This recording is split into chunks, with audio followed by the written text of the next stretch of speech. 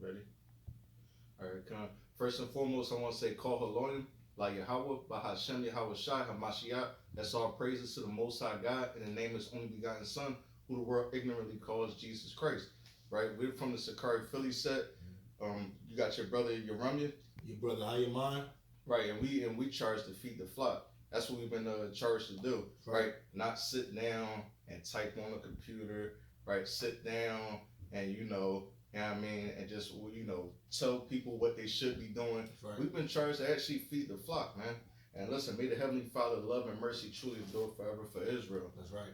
And so what we going into today?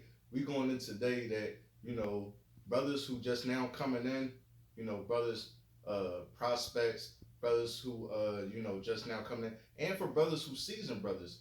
You know what I mean? So yeah, kind of that they just know that that actually they have to be prepared because this is a battlefield. This ain't no lollygagging and sit down, no boys club. This is a battlefield that we're a part of. So brothers gotta get ready to actually die and maybe lose their life for this truth. That's right. I mean, but we know that some brothers the Lord is gonna set apart and keep special for Him, and they're not actually gonna die. They're gonna be part of that first fruit, that 144. Right, and we finna address that. Who are people that's not gonna die? That's right. This is your book, the book of Matthew, chapter 16, and verse 28. And it reads, "Verily I say unto you, there be some standing here which shall not taste of death." And now this sound real sweet because don't everybody want that? I mean, for real, who really want to die? I mean, who really want to die? See their loved one die. Or die, and and they the rock for their family. So I mean, a lot of brothers don't want that. You know what I mean, and we not hoping that brothers get that. We hoping that brothers get everlasting life. But at the same token, we gotta eat this whole row that the Lord told Ezekiel to do. You know what I mean, just the good and the bad. Read that again, bro. From the top, Matthew 16 and 28. "Verily I say unto you, there be some standing here which shall not taste of death till they see the Son of Man coming in His kingdom." Right, the Lord going to protect them. The Lord going to protect them, and they're going to be set apart. They're going to be set apart, and they're going to be that first fruit to enter into the kingdom, right? And they're going to be set up as the judges, the rulers, the government body, right? That 144,000. Right. I mean, but no one knows who they are, right? No one knows what their lot to be in the regeneration. Matter of fact, just for edification purpose, grab that real quick. 1 and 10. What's it called?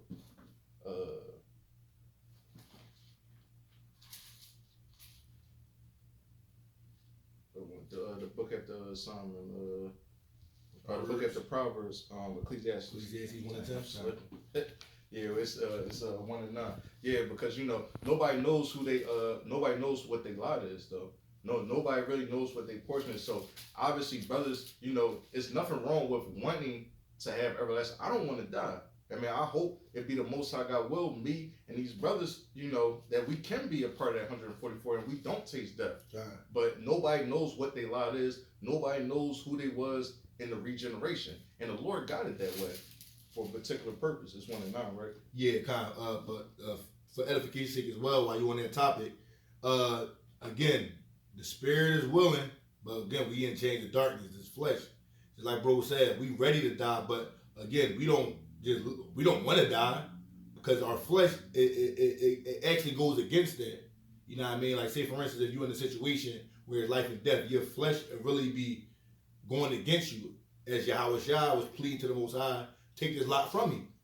You know what I mean? He was crying, take this lot from me. He wasn't trying to go through it. He didn't want to go through that, the prophecies which he had to fulfill. But the spirit within him said, man, let's get it over with. Let's rock out. Let's get it on. That's a good point. But this is Ecclesiastes chapter 1 and verse 9. "The thing that hath been, it is that which shall be. And that which is done is that which shall be done. And there is no new thing under the sun." And there is nothing new under the sun that that should take place, right? Come on. "Is there anything whereof it may be said, see, this is new? It hath been already of old time, which was before us." There is no remembrance of former things, neither shall be any remembrance of things that are to come with those that shall come after. So you can't remember anything. You can't remember who you was. You can't remember if you was this prophet, that prophet. Right. Some people, they may have a high level of zeal on them, and it may not actually be one of the prophets that was that had the book. They may just have been one of the scribes that was writing for the prophet, and you're still blessed for that. So we need to always be humble and be willing to take the piece of pie that the Most High God is going to give us, no matter what size it is. That's right. Right. So let's go into it real quick. Maccabees 2:50. Right, because our people, we willing to die for a block. So why not at least die for the Lord? Die for something right. We always want to die for, something wrong, something negative. Something that we done took from somebody. A pat. But die for the Lord, man. That's right. Come on. This is the book of Maccabees, 1 Maccabees, chapter 2 and verse 50. Now therefore, my sons, be zealous for the law, and give your lives for the covenant of your fathers. And give your lives for the covenant of your fathers. Right? That covenant that our fathers made with the Most High God. That's right. Brothers gotta get ready to die for that. Grab Ezekiel 3:1, because what we gotta actually understand is that we actually have to endure. We have to actually endure, and we have to accept this doctrine 110%. Well, like I'm gonna say how the brother Nakawan be saying 144%, right? We have to actually accept this doctrine 144%, all parts of it, right? And what it details. Read verse 1. This is the book of Ezekiel, chapter 3 and verse 1. Moreover, he said unto me, Son of man, eat that thou findest, eat this roll, and go speak unto the house of Israel. Eat this roll, and then go speak unto the house of Israel. Come on. So I opened my mouth, and he caused me to eat that roll. And he said unto me, Son of man, cause thy belly to eat, and fill thy bowels with this roll that I give thee. Then did I eat it, and it was in my mouth as honey for sweetness. And it was in my mouth as honey for sweetness. Why? Because it's sweet. When people can come up to you and say, yo, bro, thanks for telling me the truth, bro. Thanks for, you being used as a vessel and helping me, right? That's sweet, because it's like, it makes this thing all worth it. But what about, the negative part? People come and say, oh, you're a bug out. It's cold outside. It's raining outside. What you standing outside reading the Bible for? Your book getting wet too. You know what I'm saying? Like, what, y'all don't got no jobs. This all y'all do, right? It's more on 3. That's it on 3. And that's what we got to look into. And I'm going to read the precept to that. It's in Revelation. The same thing was said to John. This is the book of Revelation, chapter 10 and verse 8. The voice which I heard from heaven spoke unto me again and said, Go and take the little book, which is open in the hand of the angel, which standeth upon the sea and upon the earth.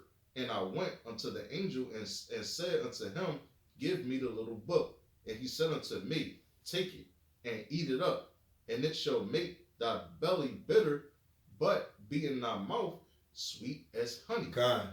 And that's what it is. It's in our mouth as sweet as honey, but when the realities start to hit, when your family start to turn on you, when you got loved ones start to turn, that's the bitterness. Oh, why do you change? Right. Nigga, I changed for the better. That's right. And you should accept it. It's a lucky. Also, it is a sweet thing knowing that we're of the stock of Abraham, Isaac, and Jacob. We're of Israel. We're of the nation who's going to rule next.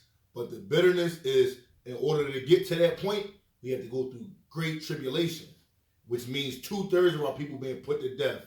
Even the saints being put to death as we're going into this right now. Some of us want to be put to death as well. And that not necessarily us being a part of the 2/3, just the dragon being wroth with the saints.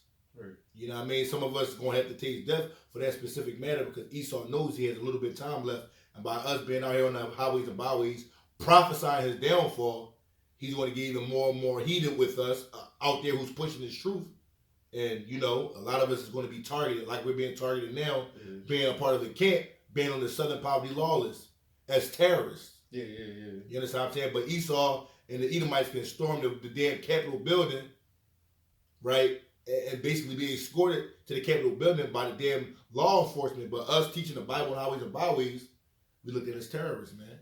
So that also could be a metaphor for sweet and bitter as well. And brother, right, because they got us on the terrorist list. And I think I may have said it before, but I'm gonna just restate it again, that we was out at camp and we had an unmarked cop car taking pictures of us. You know what I mean? Just snapping. You know what I mean? Click. You know what I mean? Trying to get pictures of everybody. Like what the bull said, Denzel Washington, I'm putting cases on all you niggas. You know what I'm saying? Like, all you niggas, like 15 of y'all, I'm putting cases on all you niggas. You know what I'm saying? Y'all want to be out here, y'all want to talk about this kingdom, and we not in our best time right now. You know what I mean? Yeah, because we tired of this, man. It's vexing. It hurt our spirit. And guess what? If we got to give up our life so this damn kingdom can end, right? Then the hell with this life, man. That's right. I mean, brothers is ready to give up their life, man. So we can actually see the next kingdom to come. And that's ours, man. Got a great precept for that. This is the book of Psalms, chapter 84 and verse 10. And it reads, "For a day in thy courts is better than 1,000. I had rather be a doorkeeper in the house of God than to dwell in the tents of the wickedness." I'd rather be in the spiritual world with the Most High than to be on earth dwelling with these wicked ass Edomites, man, because this is his kingdom, man. Right. So I'd rather be a damn spirit at the doorstep of the house of the Most High than to dwell in the tents of the wicked, man. That's cool, man. And it's deep too, because it's funny, because wasn't the brother who was the doorkeeper for Solomon? Queen Sheba, she was a queen, a Hamite queen. She actually mistaked that brother for Solomon. I mean, because how decked out he was. Brother he probably was like, what's my man, Young Joe? He said, bro, I'm from the Lord of the Rings. Nigga, don't make me put the knuckles out. Nigga probably had 4 or 5 big ass rings on his hand, man. Chains on, just gold everything. With Trinidad James, gold all of my chains. Yeah, I mean, they was decked out, man. Ezekiel, what's that? 16 and 4 as well. That brother like going into. We the ones that's wearing the watches, the bracelets, the earrings. You know what I mean? We are the men. And brothers should want that. Even if they're a so-called medium person or medium person in the kingdom, you still will be on top. That's right. I mean, by default, because you'll never be on top in this. Jay-Z ain't on top. That's right. This nigga still don't answer to people. That's right. I mean, and people need to actually see when they have stuff happen to them, afflictions, right? Death in their family, loved ones get missing. You know, greater than Job 1 and 18. I mean, when stuff start happening, I mean, it's all because of the Lord. I mean, and the Lord can be doing that to strengthen you, right? But in Job's case, you know, he was doing that to show that actually it's people that's willing to do his will. Yeah, I mean, so the Lord be needing people. Yeah, I mean, not needing people in that sense, because the Lord don't need nobody, right. But he just be having people set apart to show that, listen, they are people on this earth that's willing to do my will. That's right. And they not doing it because they got a fact check, they got a car, yeah, I mean, they got a nice job, yeah, I mean, they got this, they got that. I mean, they doing the will of the Lord because it pleases him. That's right. And it's, verse 18. This is the book of Job, chapter 1 and verse 18. While he was yet speaking, there came also another and said, "Thy sons and thy daughters were eating and drinking wine in their eldest brother's house.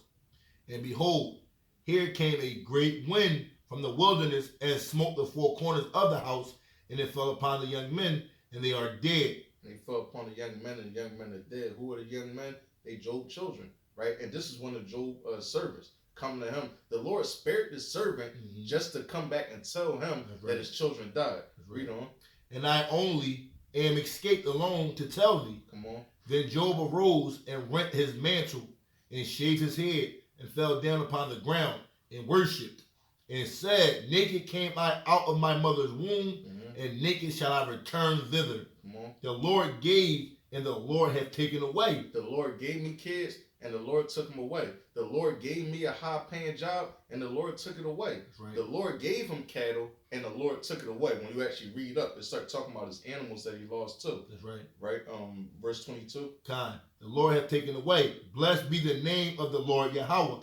And all this Job sinned not, nor charged God foolishly. And he didn't charge God foolishly. He didn't say, listen, the Lord was a fool, because why would he give me something just to take it away? Right? Because Job knew that the Lord could do whatever the hell he wanted. And that's what we need to do. We need to thank the Lord, right? For life and for death, right? For having 5 fingers and for losing one, if that be his will. Right? You got to appreciate it. And then all this lines up with perfectly, even when Job lost his kids, that key word in the verse 22, and it said, and all this Job said not, nor charged God foolishly. He knew even through the grief of losing his kids not to speak foolishly or just charge the Most High, because he's the Most High. He said, I'm not doing that foolishly. The Most High gave me, he taketh away, right? This is the book of Matthew, chapter 10, and verse 28. And it reads, and fear not them which kill the body, but are not able to kill the soul, but rather fear him which is able to destroy both soul and body in hell. So he ain't worried about none of that. He just know the Most High he can destroy everything if he wanted.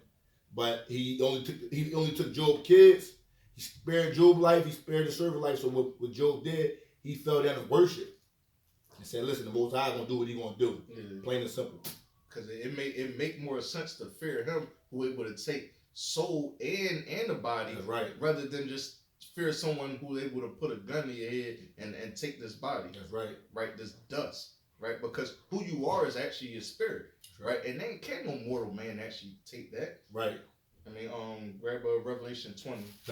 Revelation chapter 20. And start at verse 4. Go to verse 6. Because we're going to go into it, because the Lord actually said that there's going to be people that's going to die.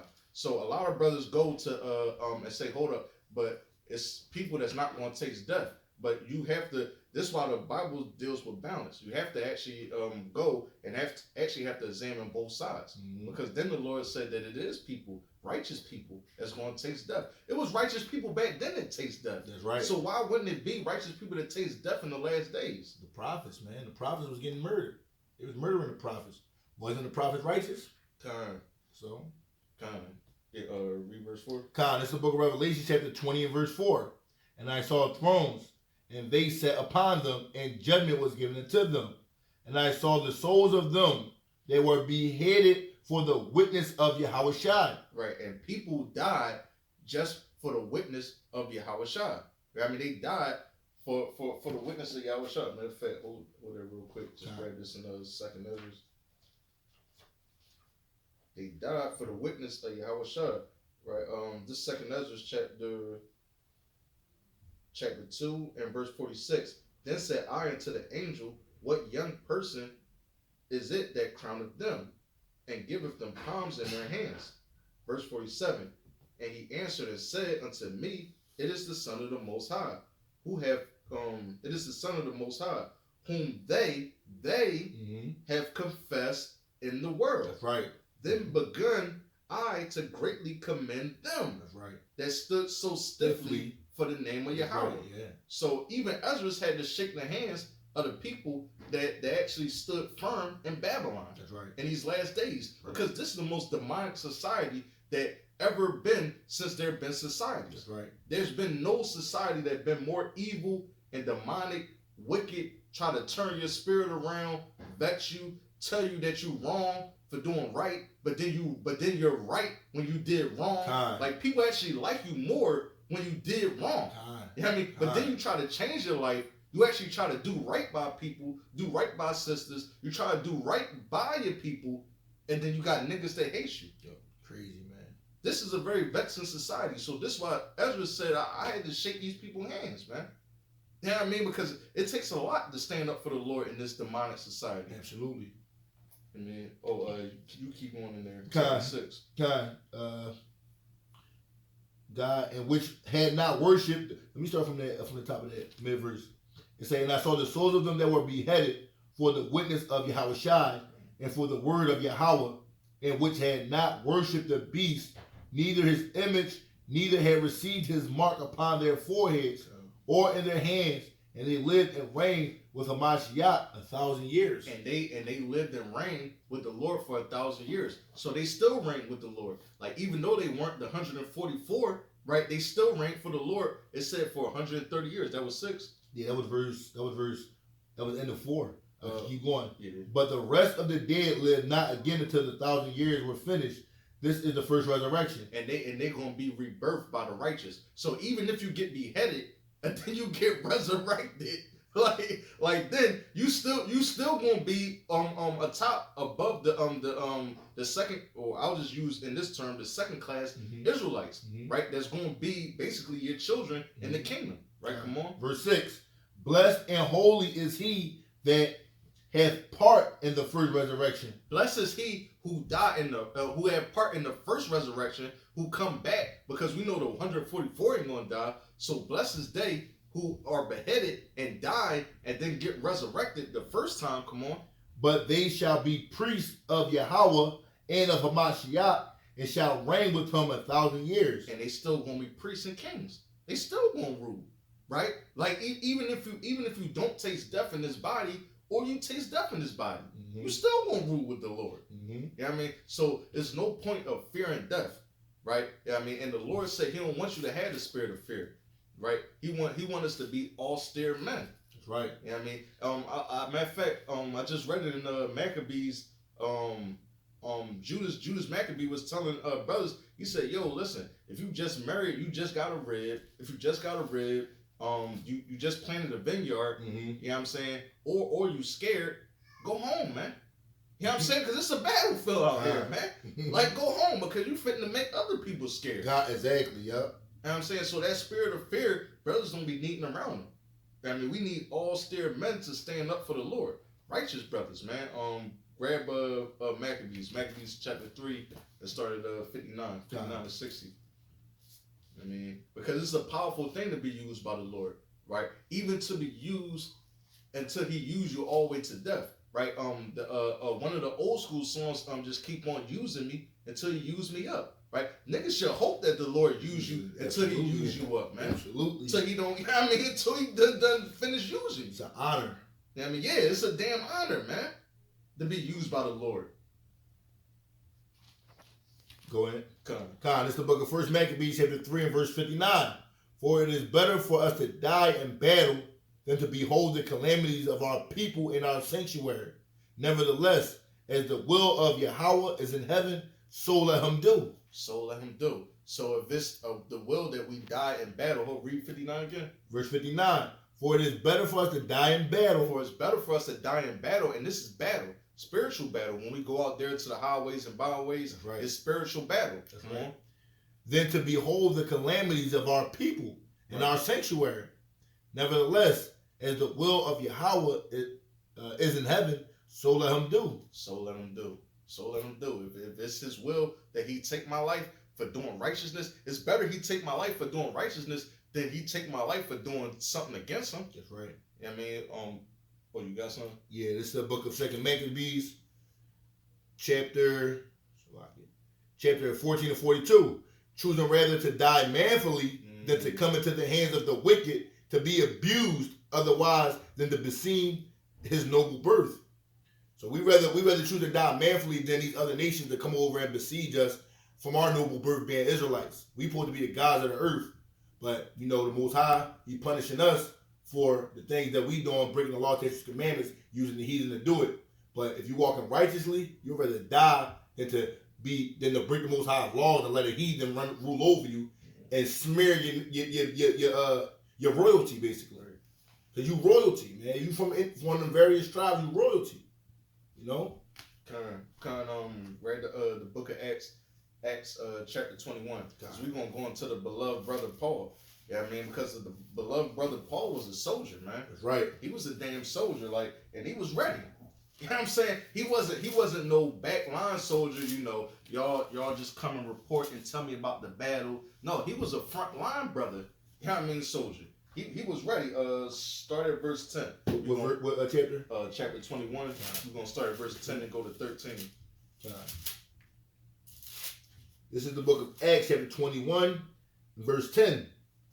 And it reads, "And as we tarried there many days, there came down from Judea a certain prophet named Agabus." And there came a certain prophet. This is a prophet who we talking about, right? This is a prophet that came to meet Paul. So keep in mind, this is a prophet. Come on.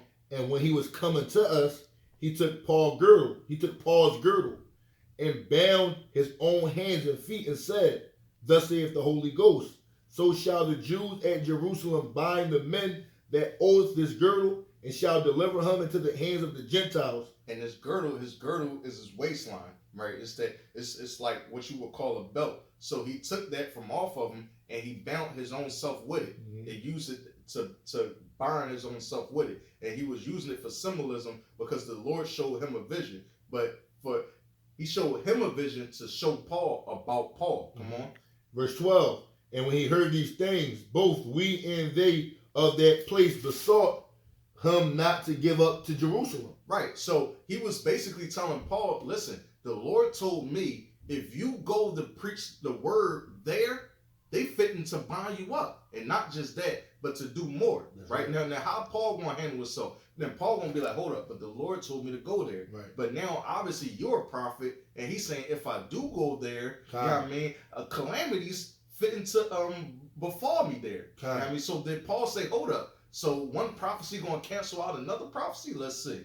Verse 13. "Then Paul answered, What mean ye to weep and break mine heart?" What means you to weep and break my heart? What y'all trying to break my heart? Because I'm fitting to do the Lord's will. Right. Like y'all, you a prophet and you coming down telling me that the Lord is giving you this vision. What you want to break my heart? Come on. "For I am ready not to be bound only, but also to die at Jerusalem for the name of the Lord Yahushua." Go read that part again. I'm ready to what? I'm ready to, he say, "I am ready not to be bound only." I'm ready to not be locked up and go to this jail only. Come on. "But also to die at Jerusalem." And he was ready to die for the name of the Lord Yahushua. And he was ready to die for Yahweh by Hashem Yahushua. Right. You know what I mean? Paul wasn't playing no games. He was like, yo, what you trying to make me cry? You know what I'm saying? Because he knew the brother was a prophet. That's right. But he was like, listen, the Lord told me what to do. I know the Lord told you what to do, but he told me what to do. And even if what you saying is true, I'm going to do it anyway. You know what I mean? Because why? It just showed Paul's faithfulness. This is the Lord tests your faithfulness. Even he may use another brother to do it. That's right. You know what I'm saying? And that was Paul's lot. He was showing his faithfulness. Yeah. This is the book of 1 Corinthians chapter 9 and verse 14. "Even so hath the Lord ordained that they which preach the gospel should live of the gospel." Verse 15. "But I have used none of these things, neither have I written these things, that it should be so done unto me. For it were better for me to die than that any man should make my glorifying void." So if you're not able to speak the gospel, you'd rather be dead. This is also Paul in the church at the church of Corinth. Right. If I can't preach the gospel, I'd rather be dead than, man, than to make my glorifying the gospel void. I'd rather die. That's the spirit Paul had, just like the brother just brought out, man. And that's the spirit that brothers should be in these last days. That's right. We seeing everything that's happening. All this rumors of wars, all this calamity, all this shots get ready to get pushed out. Right. You got the vaccine coming. Mm-hmm. You got the what they call it, the grain of rice get ready to get pushed, and all this stuff get ready to come. So it's like, you know, if you see yourself with no other option that it looks as if you're going to die, why not die for doing something right? Just like how people say, if you're going to stand for something, why not stand for something right? That's right. You know what I'm saying? Not just if you, I mean, just stand for anything. If you're going to stand for something, at least stand for something right. Right. And that's what we trying to tell our brothers and sisters. Grab Matthew 16. This started verse 24. Though. This is the book of Matthew, chapter 16, and verse 24.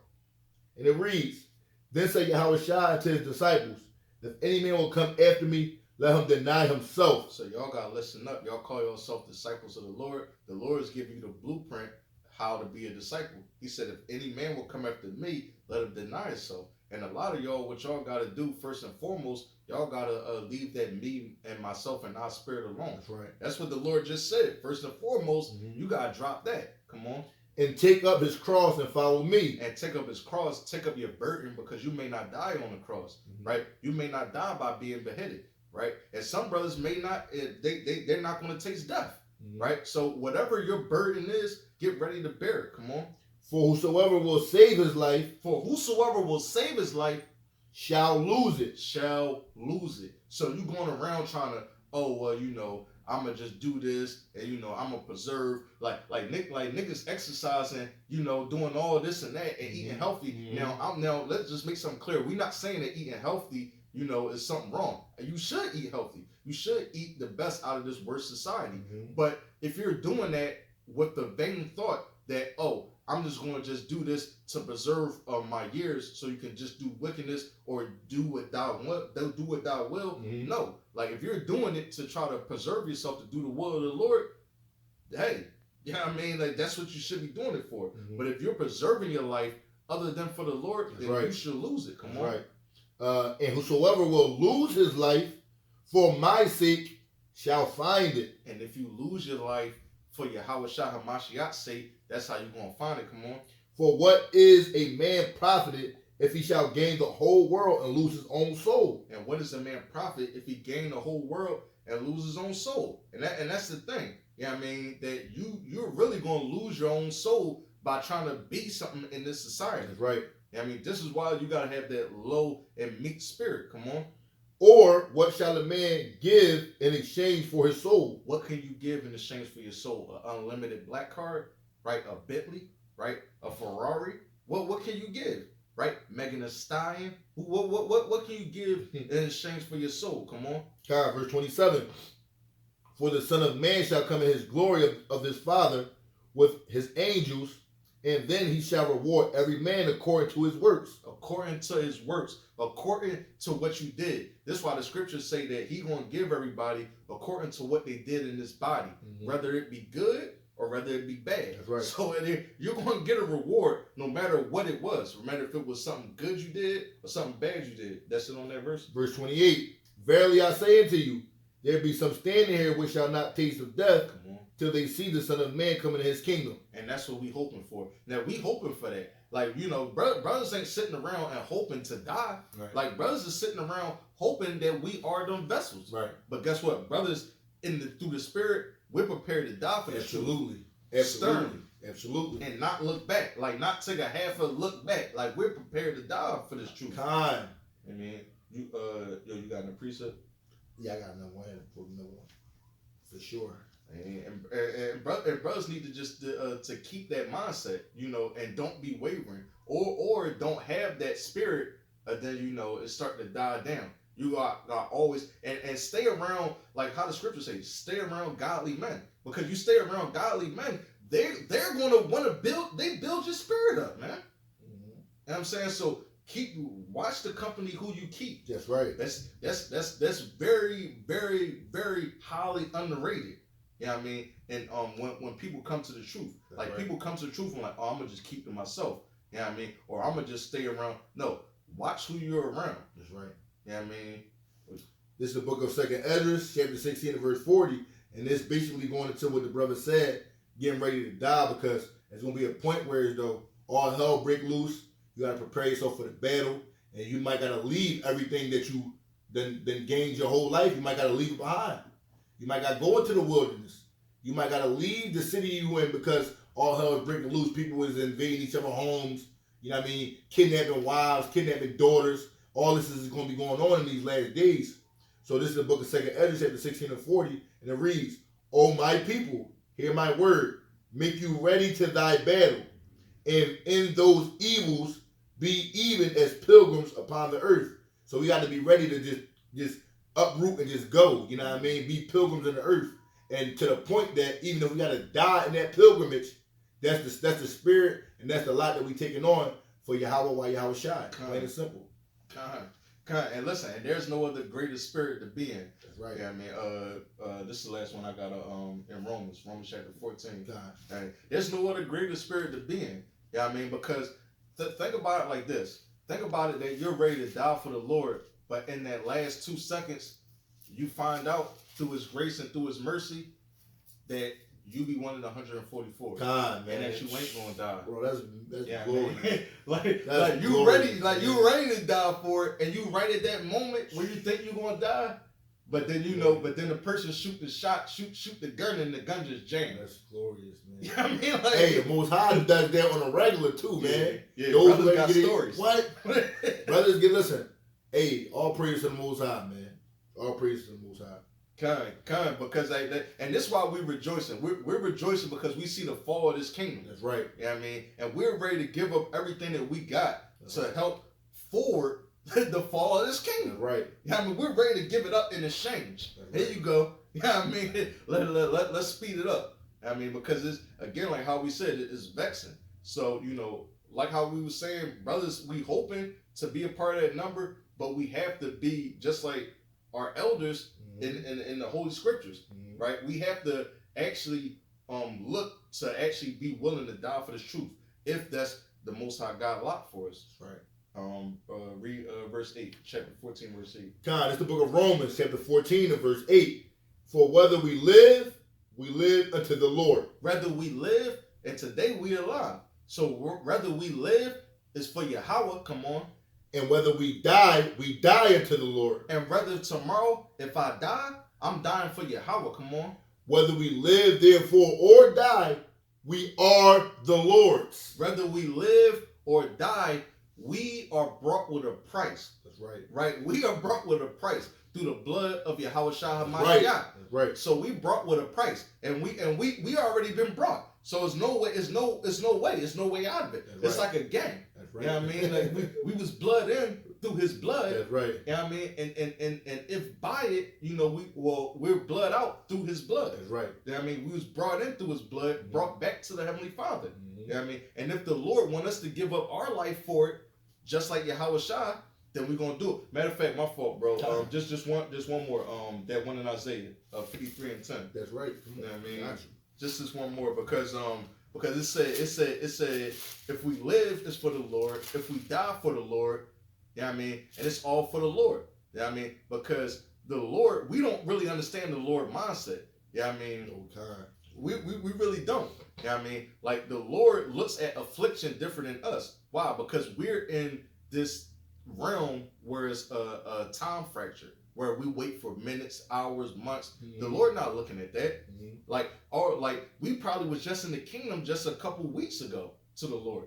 You know what I mean? Like with Solomon and them. So you know what I mean? Like the Lord not seeing time the way how we see it. So the Lord don't even see affliction the way how we see it. So read what you got, verse 10. Let me bring this one out in the next chapter, then I'm going to get right to it. This is Isaiah 55 and verse 8. For my thoughts are not your thoughts, neither are my ways your ways, saith the Lord. It's like the brother just said. How we look at affliction, the Most High sees it totally different. His ways and his thoughts are way beyond our ways and thoughts that we can't comprehend what he want to play out on this earth. Right. Because he's the director. We just the actors in this movie, man. He gave us the script to play out, and we just plan it out. He's the director of everything. You know what I mean? And that brings me over to 53 and verse 10. Yet it is pleased the Lord to bruise him. Yet it pleased the Lord to bruise him. And let me just add on to the brother's statement. Mm-hmm. He said that the Most High God is the director, and we just actors. And guess what? For brothers that's high-minded, you're a low-paying actor too, right? The best actor on the set is Yahweh Shah. We'll call Clint Eastwood the star. You know what I mean? He was the star of this Western flick. That's right. Like how people would say. So he's the star of the whole flick. That's right. And everybody else is just nothing but supporting characters. Extras. That's all you are, is a supporting character. The main character is Yahweh Shah. So we give all credit and praise to the Heavenly Father and thank him for giving us a leading star like him. That's right. You know what I mean? That knew his place. So read it from the top again, bro. Verse 10. Yet it pleased the Lord to bruise him. Yet it pleased the Most High God to bruise who? To bruise Yahweh Shah. Like, y'all don't know the Lord's mind. Talking about, why am I going through this? Why me? Why should I die? Yeah, I mean, the Lord should spare me. But he wanted to put Yahweh Shah to death. Come on. He had put him to grief. When thou shalt make his soul an offering for sin, he shall see his seed. He shall prolong his days, and the pleasure of the Lord shall prosper in his hand. And the Lord will is going to prosper. I mean, that's just what it is. Right. His will is going to prosper. Right. Not your way, not your want, not your desire. The Heavenly Father will is going to prosper in these last days. And we're just hoping that we can be used to help forward, His will. That's right. And that's all I got, bro. Well, with that, Shalom.